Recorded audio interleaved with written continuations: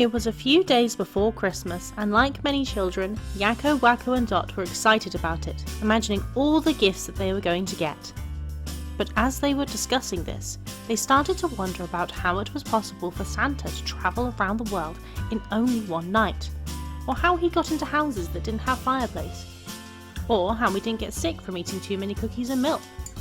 So they thought that since they were home alone while their parents were out shopping, they could try and test out these ideas. The first idea they wanted to test was how long reindeer could fly in the air while driving out of the North Pole. So, with some string and a few of their toys, Wakko and Dot were in the front row leading the sleigh as their brother, Yakko, played Santa. Okay, here we go. On Barbie, on Teddy, on Dot, on Terminator, on Slime Maker, and Wakko. Let's make our marks. The kids then ran around the apartment, running into every room. They jumped on beds, pretending they were about to hit airplanes.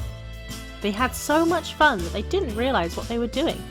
When they got to their parents' room, they got on the bed and they suddenly heard a loud crunch. When they stopped and looked down, they saw they just broke their mother's laptop, the very one she needed for her job. The kids couldn't believe what they'd just done. They tried to see if it still worked, but sadly, it didn't turn on and the screen was cracked. They knew that they were in for it if their mum found out, and they'd had to find a way to fix it before she came home.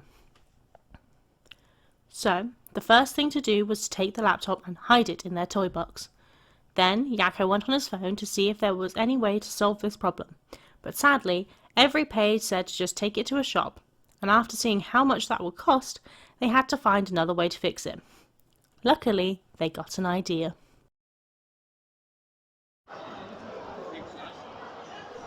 The next morning, the kids went to the mall, needing Santa's help. But as they walked through the mall trying to find him, Wakko's poor little tummy started to growl. Yakko, I'm hungry. Okay, you can get a snack, but hurry up. Wakko ran off to the nearest food court and got everything he needed to fill him up. When they finally found Santa, the line to see him was ridiculously long. It was going to take all day until they saw him, but knowing this was for their mother, they had no choice.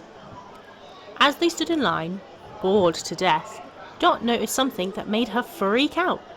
It was a sign that said a meet and greet with her favourite online star, the perfect boy who was everything a girl could want, handsome, charming, you name it. But as she ran for it, she realised that she wasn't moving. She turned around to see her brother holding onto her tail. Yakko pulled her in to give her a talk. Listen, sis, I understand you want to meet this guy, but you gotta do this one thing for Mom. Her job's on the line. Doesn't that mean anything to you? Yeah, but... But nothing. You have all the time in the world to be drooling over boys, but this guy, I don't know. Something seems off. I mean, remember what happened with Mel Gibson?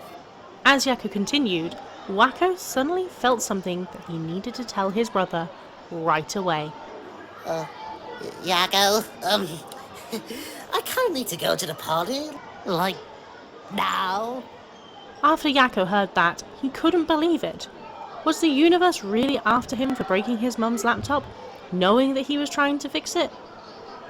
Yakko put his hands on his brother's shoulders, looked him right in the eyes, and said this. Wakko, look at me. I know you need to go, but right now, I need your help. Both of you guys. Please, you're just as guilty as me for breaking Mom's computer, and I can't face Santa alone and tell him this. But Yakko! No buts. Look, I'm sure it won't take that long. You'll see. The line moved slowly over time. Yakko took a look at his watch. It seems that half an hour went by. Just as things couldn't get any worse, the mall was about to close. Things weren't getting any easier with his siblings complaining. Dot was missing out on the chance to meet the love of her life, while Wakko wasn't sure how long he was going to keep everything in. But luckily, just as the mall had a few minutes left open, the trio finally got their turn. When they got on Santa's lap, he noticed the different expressions on their faces. Before Yakko got a chance to speak, Santa turned his attention to Wakko and Dot. Say, what's the matter with you? I just lost the love of my life! Okay. What about you, little boy? Anything you want for Christmas? Wakko couldn't speak. He was doing everything he could not to have an accident. But with Santa asking him a question, the only thing he could mumble was, Potty? I'm sorry, son. What was that? I... But before he could say it, it was too late. When Santa realized what happened, security was called, kicking the poor kids out. When the kids got home, they saw their parents sitting at the kitchen table and writing something on a notepad. Hey guys, what's going on? Oh, hi, sweetie. I couldn't find my laptop, so I had to write my screenplays with a pen and paper, but I got a cramp, so your father's doing it for me. Seeing this, the kids felt even worse. They didn't even have the money to get the laptop fixed, and Santa couldn't help them. What were they going to do? It was the day before Christmas, but instead of being excited like any other child would be, Yakko, Wakko and Dot just sat on the couch feeling like they'd ruined everything. They ruined Christmas, they ruined their mum's job that she worked so hard for, they ruined their family. They were unsure what to do. They wanted to tell their mum what they had done, but they were scared that they would get in trouble. But the guilt was eating them up inside, so they decided to confess.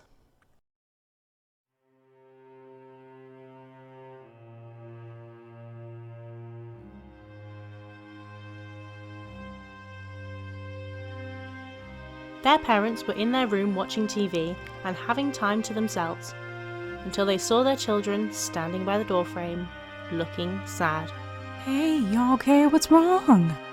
Mom, there's something we need to tell you. What is it? You see, the other day while you guys were out, we were playing and broke the computer. Yakko explained as he pulled the item from behind his back, showing it to her, and leaving their mother in shock. Kate didn't say anything. She sat there, frozen, not believing that the one thing she needed for her job was broken. That was until Bobby spoke up, telling his wife that he had a surprise for her. He grabbed the gift from under the bed and gave it to her. As Kate opened it, she was surprised to see that it was a new laptop. Oh my god. Bobby, how did you... Well, I noticed that your old one was giving you a hard time, so I thought that you could use an update. I even saved all your work on this flash drive. The kids couldn't believe it. Christmas was saved. No more worrying about being homeless, but it seemed that they weren't out of the doghouse just yet. I'm happy you guys told us about the laptop, but tomorrow you will not be opening your Christmas presents, because you three are going to be grounded for a week. What? I'm sorry, but if you would have told us the truth in the first place, especially something as important as this, I would have understood. But instead, you hid it from me. It made me worried. I'm doing this to teach you guys a lesson, that if you have a problem, you can turn to us for help. Understand?